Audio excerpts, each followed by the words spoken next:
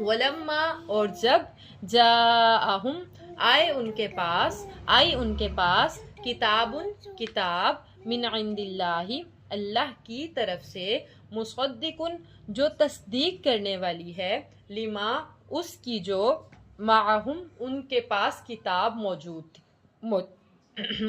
थी। अल्लाह ताला कह रहे हैं जब उनके पास यानी आखिरी कुरान मजीद ये वाली किताब आ गई और ये उस किताब की तस्दीक करने वाली थी जो उनके पास तौरात किताब मौजूद थी, उसकी ये तस्दीक करने वाली थी। वकानू और वो थे मिन क़ब्लु इससे पहले यस्तफ्तिहूना वो फतह मांगा करते थे अलल्लज़ीना उन लोगों पर काफरू जिन्होंने कुफर किया। अब क्या था कि ये दुआ करते थे कि हम पर भी कोई नबी आए, हमारा भी कोई हुक्मरान ऐसा आए कि जिसकी सरपरस्ती में हम लड़ें, हम कुफार को शिकस्त दे दें, कोई नबी हम पर ऐसा नाजिल होना चाहिए। फिर जब अल्लाह के नबी आ गए वकानु मिन क़ब्लु यस्तफ्तिहूना और वो थे इससे पहले फतह मांगते, यानी फतह की दुआएं किया करते थे कि हम भी फतह हासिल करेंगे अगर कोई नबी हम पर भी आ जाता है काफिरों के बदले में।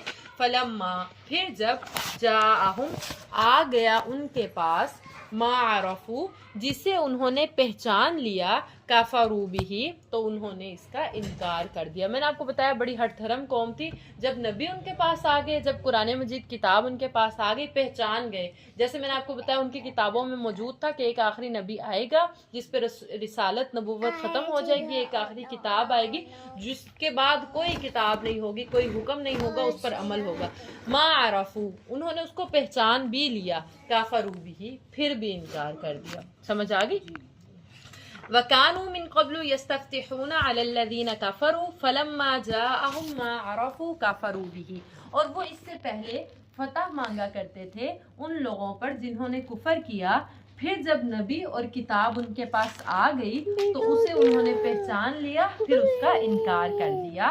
फलानतुल्लाहि बस अल्लाह की लानत है अलल काफिरीन काफिरों पर, यानी जो पहचान लेते हैं इनकार कर देते हैं, पहले खुद दुआएं करते हैं, पहले खुद मांगते हैं, फिर जब अल्लाह ताला अता कर देते हैं फिर उस चीज़ के इनकारी हो जाते हैं। तो ऐसे जो कुफर करने वाले हैं, इनकार करने वाले लोग हैं, उन पर लानत है। समझ आ गई जी।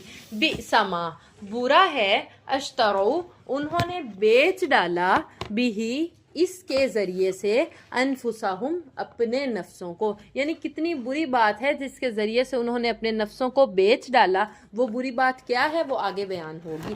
अन यकफुरू ये कि वो इनकार करते थे बिमा अंज़लल्लाहु जो अल्लाह ने नाजिल किया, बग़यन आपस की ज़िद की वजह से। ज़िद क्या थी कि नबी हमारी कौम में से क्यों नहीं आया, ये इस कौम को तो हम जो है उम्मी कौम अनपढ़ कौम कहते थे, इनमें से नबी क्यों आया। बस इस ज़िद की बिना पे अन यकफुरू बिमा अंज़लल्लाहु जो कुरान जो नबी अल्लाह ने नाजिल किया वो उसका इनकार करते थे। समझ आ गई। ये दोनों आयतें आपको सिर्फ तर्जुमे से समझ नहीं आनी, इसकी आपको प्रॉपर तफसीर समझनी पड़ेगी।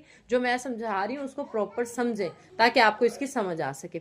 बी समझतरो बिही अनफुसहुम बुरी चीज़ है जिसके ज़रिए से उन्होंने अपने नफ्सों को बेच डाला।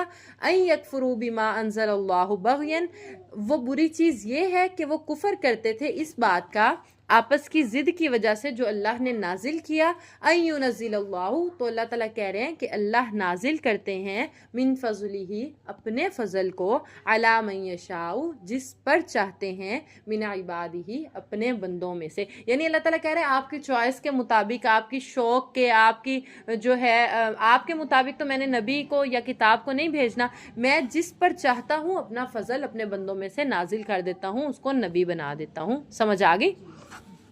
फबाऊ फिर वो लौटे बेग़ज़बिन गज़ब के साथ अला गज़बिन गज़ब पर, यानी अल्लाह ताला को इस कौम पर पहले ही बड़ा गुस्सा था। जब हज़रत मूसा अलैहिस्सलाम तौरात किताब लेने गए, पीछे अपने भाई को छोड़ के गए, तो इन्होंने उनकी मौजूदगी में बछड़े की पूजा शुरू कर दी। उसके बाद इन्होंने और भी बहुत से, जब मन और सलवा नाजिल होता था इन्होंने उसका इनकार कर दिया।